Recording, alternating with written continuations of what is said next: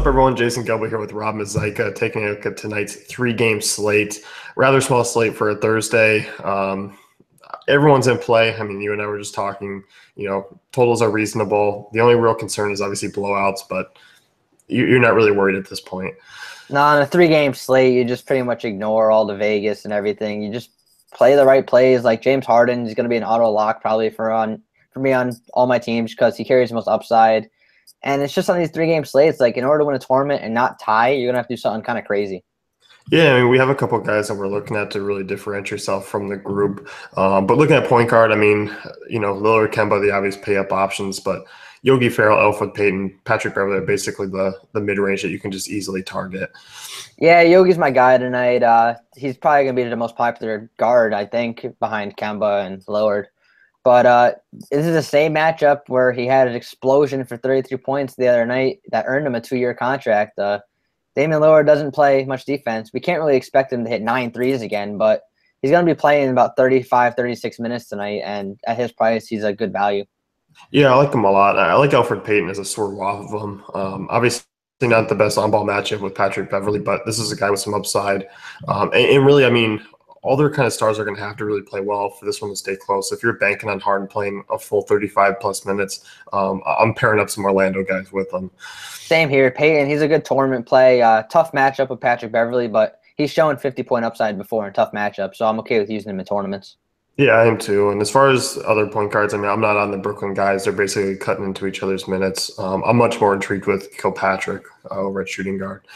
Same here. And I have a little interest in Patrick Beverley at point guard just because in this last matchup, he put up almost 40 fantasy points on DraftKings in it. He had a great game. Granted, Harden had a bad game, but Beverley, it's a spot where Payton can turn the ball over, but Beverley can get a couple steals. If it stays close, I mean, I expect him to be scrappy throughout. Yeah, definitely. He's going to be a lock for 30-plus minutes, I think, regardless. Yeah, definitely.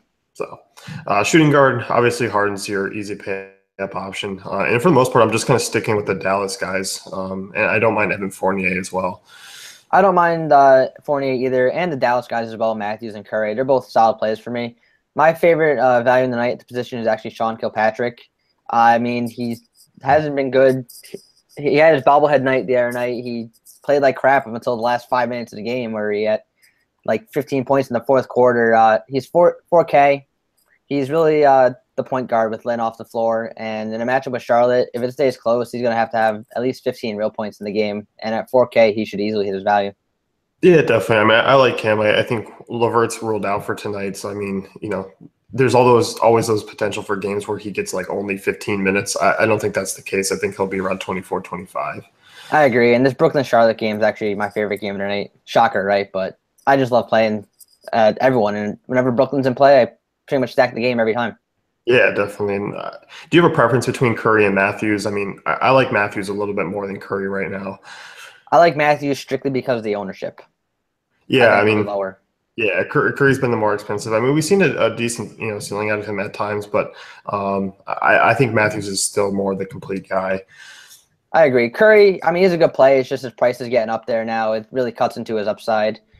We've seen him score 40 fantasy points before in tough matchups, but I just think with Yogi Ferrell right now taking up a lot of usage from Curry, it's his price might be a little too high. Yeah, I think so. And if you want to save a couple hundred, I think the shooting guards in that Orlando-Houston game, Gordon and Fournier, are in decent spots. Yeah, they're both in play, especially if you think that stays close. Yeah, certainly. Small forward, pretty much the worst position on the slate, I think. Looking at this one, you can pay up for Batum on DraftKings if you want to, but for the most part, Michael Kidd-Gilchrist is my favorite option. He's cheap. His average is a double-double in 3 games against Brooklyn this year, and not too expensive. This position's terrible. Michael Kidd-Gilchrist, he's probably your best bet position. Game style fits perfect for him. He loves the fast-paced games. Definitely performs in these fast-paced games. Torched Brooklyn this year for double-double in pretty much in both games, I think. And it's just a great spot for him. He probably is going to end up the highest scorer at ninth position unless Harrison Barnes really goes off. Yeah, I think so too. And I think a sort of off would probably be Trevor Ariza. I mean, he's been awful. He's shooting less than 20% over his last 5 games, so he's been horrible. But on a 3-game slate, I don't mind tossing in a few laps because he does have some upside. I don't mind him either. And if that shot falls, it's gonna, like you said, he's gonna carry that upside.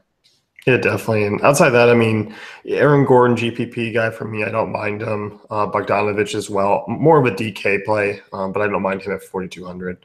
I don't mind Aaron Gordon in tournaments. I think he's going to be very high owned though, just because people love playing Gordon, and he's at a lower. His price is way down, 4,600 on FanDuel, and he's guaranteed about 25 minutes tonight in a fast-paced matchup. So it's a good spot for him. But I like both the Nets guards. Like I said, I love that game. Bogdanovich and Hollis Jefferson. It's a toss-up on who's going to perform better, but they're the same price, and it's really just a shot in the dark if you're taking either of them. Yeah, I mean, and you look, Hollis Jefferson definitely has more of a bit of a steal upside as well. Bogdanovich is more of a strictly a scorer. Yeah. Bogdanovich is the offensive player, and Hollis Jefferson is the peripheral producer.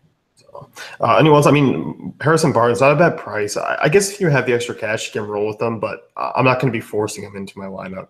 I agree. Yeah, if you have the money, you can just throw him in there. If you have like 2K left over and need to fill out small forward, you can just throw him in. But that's pretty much the extent of my liking of him tonight.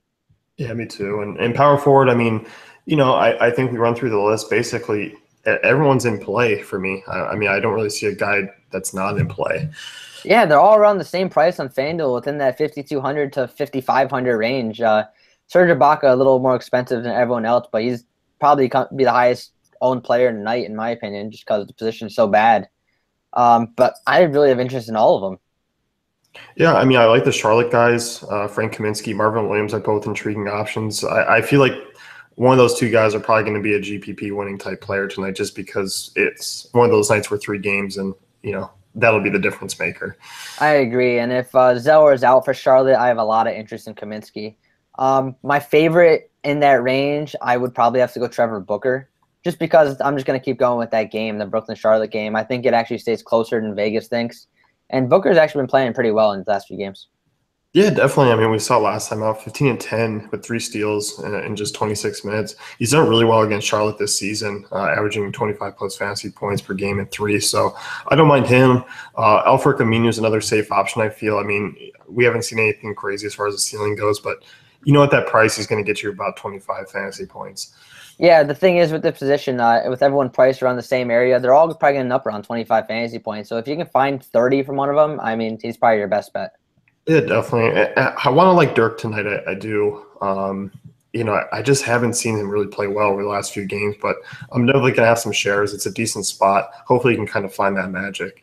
Yeah, he's definitely that guy who can get you over 30 fantasy points in that range. He's done it before this season, even in 25 minutes, and Portland's the best matchup he can get. So, yeah.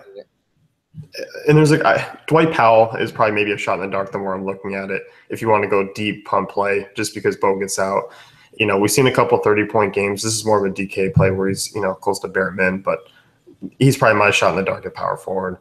I agree. If I'm going way down, it's going to be Powell down there. Yeah, but if you're building 5 lineups, he may not even make my cut. It's more if I'm building more than that. Yeah, if I'm having 10 lineups, he'll probably be in maybe 1 or 2, but that's about it. Yeah, definitely. And looking at center, I mean, center's a spot on DraftKings. I'm making sure I'm grabbing 2 tonight just because Clint Capella is my favorite points per dollar play on the board. But I also like the opposing center in that one, Vucevic, as well. Yeah, both those centers have been playing well lately. Vucevic's price, Capella's price hasn't really adjusted to his increased role yet. Vucevic, he's not the best defender. He gives up some big games to opposing centers, and Capella could definitely have one of those tonight. Yeah, definitely. I mean, we've seen Houston as well give us some big games as centers. Obviously, Howard the other night, but I mean, they've been bottom 5 in fantasy points allowed over the last 10 and over the course of the season. So I think Vucevic is a great plug and play as far as correlation in that one, especially because the minutes have been better of late. Yeah, Vucevic and Capella is definitely a nice stack play on DraftKings. You can't do it on FanDuel because you can only have one center, but DraftKings, I have some interest. Yeah, definitely. And I know a guy that you're looking to be really different with tonight. And it's not Mason Plumlee. It's the other Plumlee. Yeah, Miles Plumlee is my crazy play of the day. I'll probably have him on maybe 2 out of my 10 teams tonight. That's way more than the field's going to be. He probably won't get over 2% ownership on FanDuel. DraftKings might be a little higher because he's minimum priced. But if Cody Zeller is out, the only big bodies on the team that are healthy are Plumlee, Williams, and Kaminsky, and I could see Miles Plumlee getting 22 minutes in this matchup against Brooklyn. That's the best matchup he's going to get all season, and 22 minutes at his price, his ownership, it's a great GPP play. especially with James Harden being 13-3 over there as well. I mean, it's a little bit different on FanDuel where you can work him in and kind of feel comfortable building out the rest of your lineup. But DK, that's kind of a big hit.